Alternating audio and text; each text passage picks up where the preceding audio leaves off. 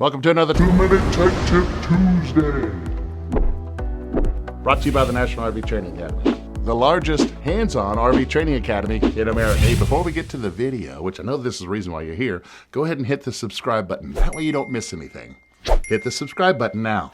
Thank you. Now, back to our Tech Tip Tuesday. Ho ho, and how you doing? I'm Santa Todd, and with me is Tony Frost. How you doing today? Hello. Hey, Todd. Hey, Todd. Something wrong with your voice? Nothing. I think there was a piece of coal stuck in there. Oh, okay. Well, I see that you're also kind of drooping a little My bit. My carrot's a little leaning to the right. Yeah. Well, I'm sure.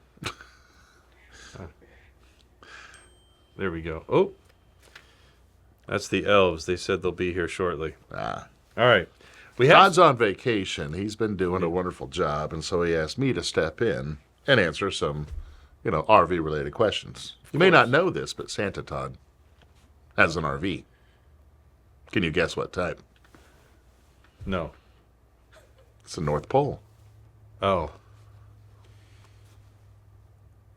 We've got a question for you. This actually came in via email, which a lot of people will leave comments in Todd's YouTube channel. But this one was by Todd Roeder. He said, "Hello, thank you for all the excellent tech tips. I'm sure Tony does a lot of research for you. They're extremely useful for a UB, an RV, not a UB, an RV newbie like myself. I was considering permanently mounting my Starlink antenna to the roof of our travel trailer, but the standard Starlink mount recommends a minimum of 1.5 inches to mount to. And that's 6. I can't imagine RV roofs are that thick. I've been watching a number of videos that show people mounting solar panels and other things to the roof, but no one mentions anything about mounting any particular or mounting it into any other particular structure. Does it matter where these things are mounted?" Well, I think this is a wonderful question for Santa Todd because, Next one's even I fly longer. around in a sleigh. Yeah. Oh, yeah. Is it a sleigh or sled? A sleigh, yeah. So anyway, here's the thought. No, your decking on top of your roof is 1/2 inch at best. And when we say 1/2 inch, I'm really talking the 15-30 seconds, right? That's the new 1/2 inch since COVID. But that being said, does it matter the position? Solar panels are relatively flat, and they stay within 1 inch, 1.5 inches off of the roof line, so therefore a lot of air goes over the top.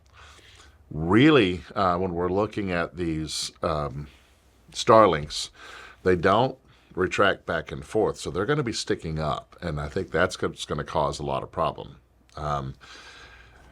I would say the further back you have it on the RV, the better. The closer you have it to the front, the more potential you have for some type of lift that may take place. I, like you, haven't seen too many successful connections to it.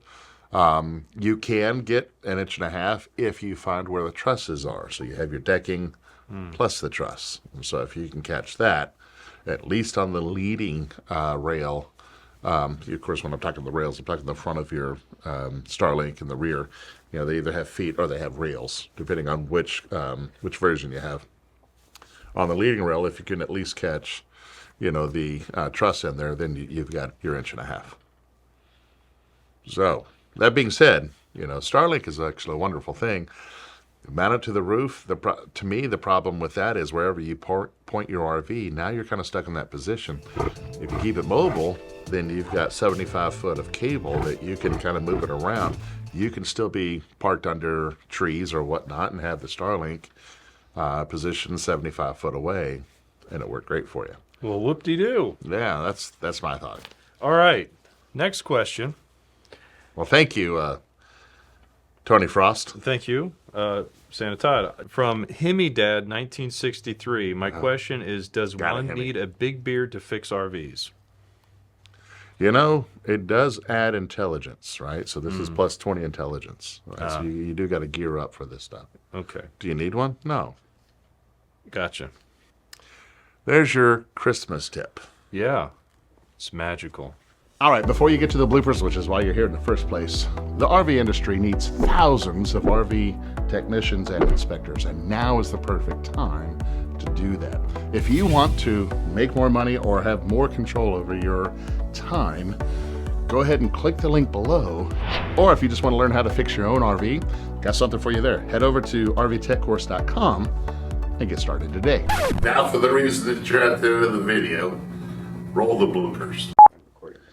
You are? All right. All right. Did you turn off your North Pole communication device? That's right. All right. But where's Santa? Where's Santa? Right? He's probably at the bar. Hey, I'm Tiny Hand Santa. It doesn't work. You have to use your nose. Oh, yeah, that does work.